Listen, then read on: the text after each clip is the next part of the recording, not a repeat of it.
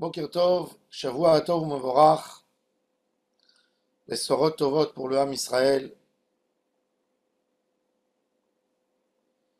Dans Parashat Shoftim, une des mitzvot assez minatora, c'est de nommer un roi à l'entrée en Eretz Israël. Avoir un melech. Quand on rentre en Eretz Israël, il faut nommer un roi, il faut faire la guerre avec un Malek, et il faut construire Bet Hamikdash. C'est quoi l'idée d'avoir un roi? Pourquoi on a besoin d'un roi?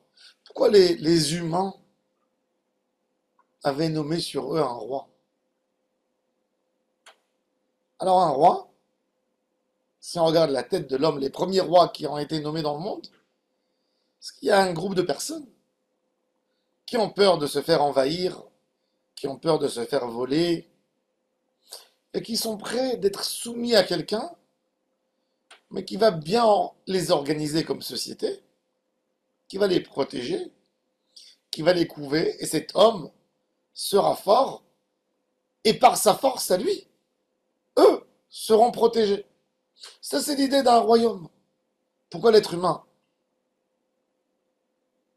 a senti ce besoin d'avoir un roi? Uniquement, c'est égoïste. D'avoir un roi, c'est égoïste. Un homme ne veut pas offrir et donner cadeau à quelqu'un, soit mon roi. Non. Si tu es mon roi, je dois avoir un intérêt. Mon intérêt, c'est que je vis dans un royaume, il y a quelqu'un que, lui, il a une grande envie de kavod. Je suis prêt à lui donner tout le territoire, en sachant que, pour son honneur à lui, il va me défendre, en fin de compte.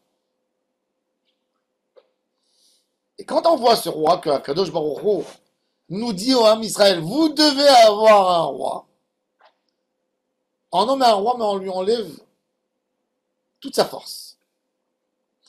On lui dit qu'il ne faut pas qu'il ait beaucoup d'argent.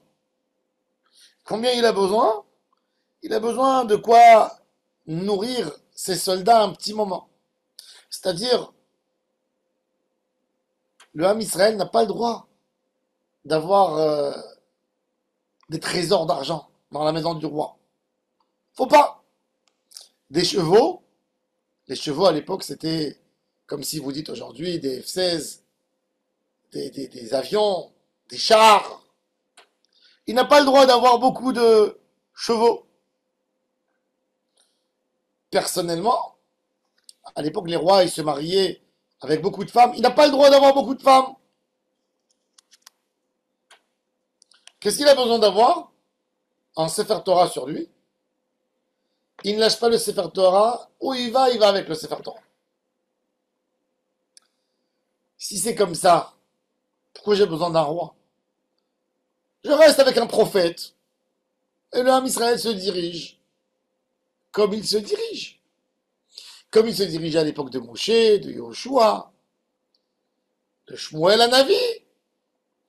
Pourquoi j'ai besoin d'un roi si de toute façon le roi ne peut pas exprimer sa royauté? Puisqu'il n'a pas le droit d'avoir beaucoup de chevaux, il n'a pas le droit d'avoir beaucoup de femmes, il n'a pas le droit d'avoir de l'argent. Alors c'est quoi un roi? Et là on comprend une idée extraordinaire. Kol Paal Adonai le Maraneo. Tout ce que Hachem fait, c'est pour lui. L'idée de la royauté, c'est pour que l'être humain comprend qu'il doit se soumettre à une autre force, plus grande que lui, plus forte que lui. Et ça même, ça va l'amener à l'idée de se soumettre à Hachem Yitbarach.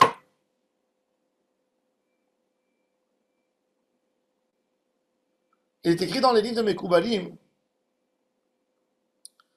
que Kadosh Baruch Hu nous a donné l'amour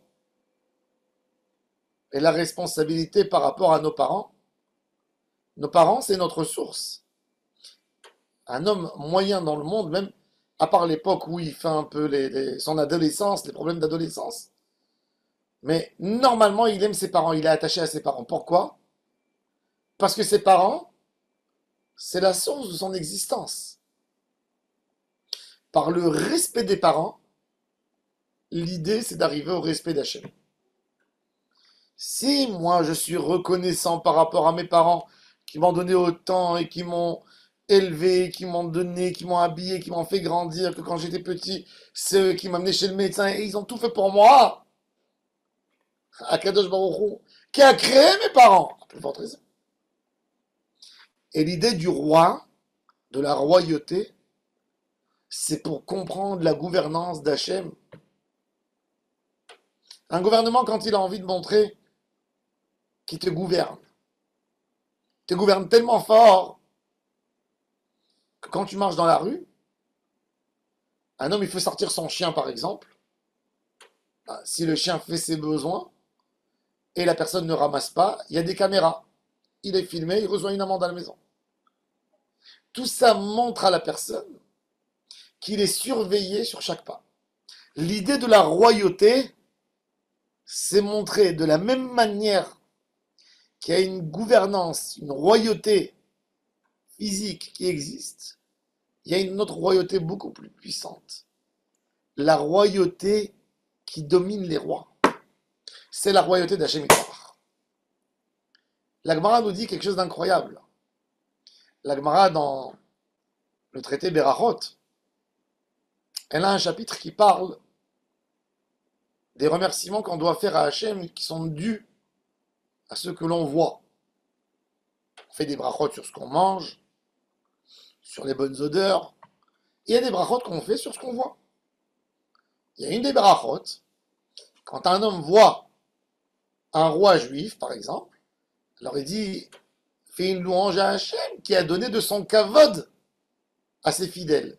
L'irav, shechalak mikvodo l'irav. Et s'il voit un roi goy, qui n'est pas forcément croyant, quand même il fait une bracha, Baruch ata Hachem, Eloheinu melech haolam, shechalak mikvodo le basar vadam, qu'il a donné de son kavod à basar vadam. Mais la bracha, elle est incroyable. La bracha, c'est que Akadosh Baruch Hu a donné de son kavod. Pourquoi Hachem avait besoin de donner de son kavod? Parce que ce kavod qui a été donné, il reste le kavod d'Hachem, quelque part. Hachem, il a pris une partie du kavod à lui et il a confié chez le roi homme. C'est-à-dire que dans ce kavod, il y a le kavod Shamaim. Quand tu comprendras c'est quoi kavod basar vadam, tu pourras un jour comprendre c'est quoi le respect d'Akadosh Baruch Hu. Un homme, s'il ne sentait pas l'idée de kavod basar vadam, il n'aurait jamais eu l'esprit et l'idée de faire kavod à Hachem dans sa Hamida, de ne pas regarder ni à droite ni à gauche. Quelqu'un, son téléphone sonne. S'il était devant un roi, son téléphone est en train de sonner, il aurait pris le téléphone. On n'a même pas besoin d'expliquer toutes ces règles. C'est normal. C'est le kavod. Ben, c'est normal que tu devrais avoir le kavod d'Hachem. À tel point, nos sages ont compris que l'idée du royaume, simple royaume d'un homme, il est censé nous amener à accepter la royauté d'Hachem, qui nous ont dit. Vous savez, un Cohen n'a pas le droit de rentrer dans un cimetière. Hein? Cimetière Cohen, c'est deux choses.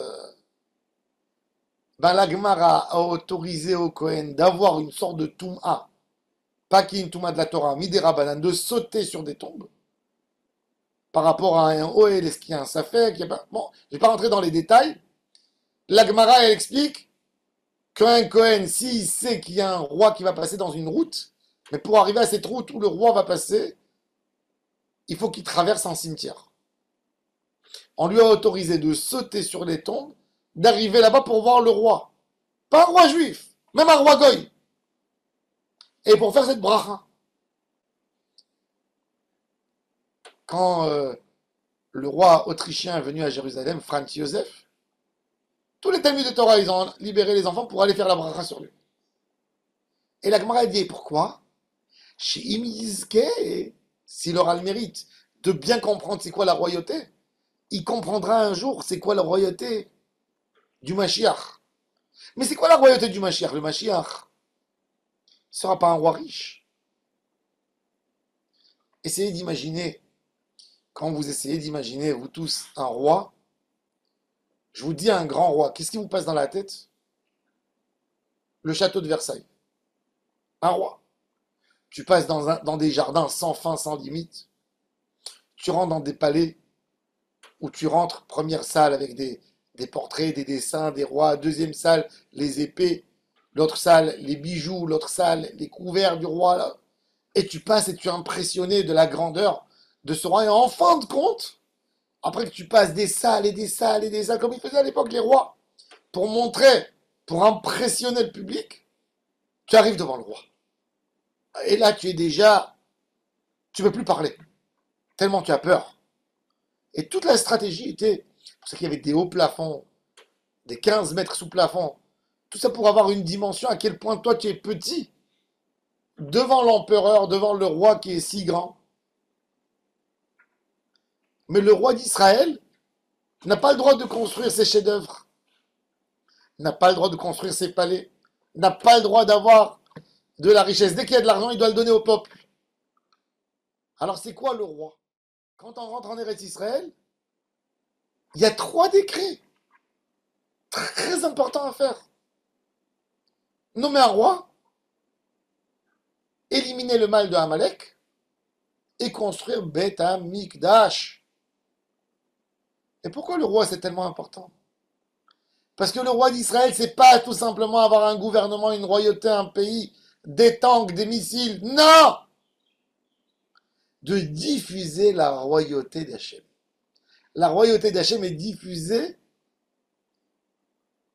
grâce à la royauté que Am Israël nomme, grâce à Mashiach ben David. Et c'est pour ça que toujours dans la tfila, quand on parle de Beth Amikdash, Tishkon, Beth Yerushalayim, on a Malchut ben David. Mais le roi d'Israël, il n'a rien, absolument rien, de soumettre les autres. Non. De diffuser la royauté d'Hachem. Qu'est-ce qu'on a nous à apprendre de ça? De faire le schéma Israël avec la plus grande des kavanotes. Parce que c'est dire que Hachem c'est le roi du monde. Quand on fait les brachot, il faut s'attarder. Le hikar de la kavana, c'est sur Eloheinu melech haolam. La Gemara nous dit Kol beracha she'en bashem ou malchut ena beracha. Toute bracha qui a le nom d'Hachem, mais il n'y a pas le mot melech, c'est pas une bracha. Toutes les brachot qui a melech, mais il n'y a pas le nom d'Hachem, c'est pas une bracha. Le travail principal du juif, c'est de nommer Hachem roi du monde. De nommer Hachem roi sur toi.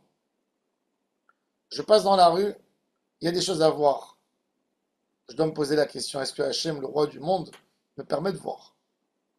Il y a quelqu'un qui est en train de me dire des choses. Est-ce que Hachem, qui est mon roi, me permet d'entendre?